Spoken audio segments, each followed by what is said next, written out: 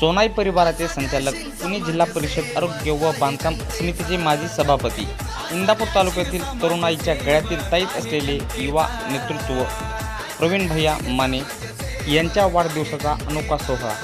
समाजसेवेचा वसा.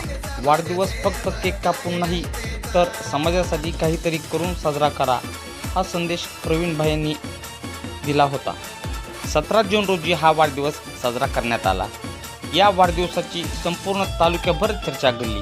या चर्चेमागचे मूळ कारण म्हणजे तालुक्यातील गोरगरीब व होतकरू विद्यार्थ्यांना देण्यात आलेल्या शालेय उपयोगी वस्तूसाठीचा मदतीचा हात होय. प्रवीण माने युवा मंचाच्या माध्यमातून प्रवीण माने यांच्या समर्थक व मित्र परिवारांच्या वतीने माने यांची तुला करण्यात आली असून त्यांच्या वजना एवढे शालेय साहित्याचे तालुक्यातील गरजू विद्यार्थ्यांमध्ये वितरण करण्यात येणार आहे.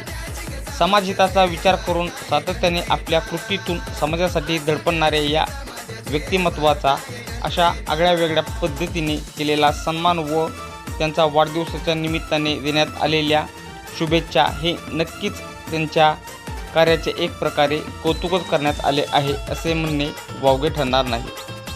प्रत्येकाच्या मदतीला धावून जाणे ही प्रवीण माने यांची तालुक्यासाठी जी ओळख असून त्यांच्या या कृतीतूनच संपूर्ण इंदापूर तालुक्यातील मित्रपरिवार त्यांच्याशी जोडला गेला आहे.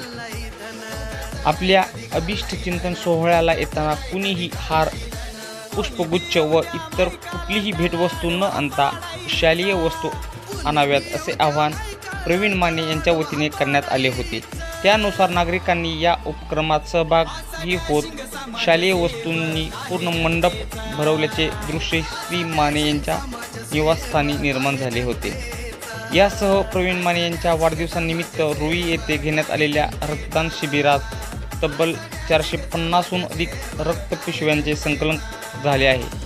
तसेच माने यांच्या वाढदिवसाचे औचित्य साधून येत्या काही दिवसात इंदापूर पळस देवरेंनी या ठिकाणी रक्तदान शिबिर पार पाडणार असून दरवर्षी या पद्धतीने सामाजिक उपक्रम राबवत प्रवीण माने यांचा वाढदिवस साजरा करण्यात येतो.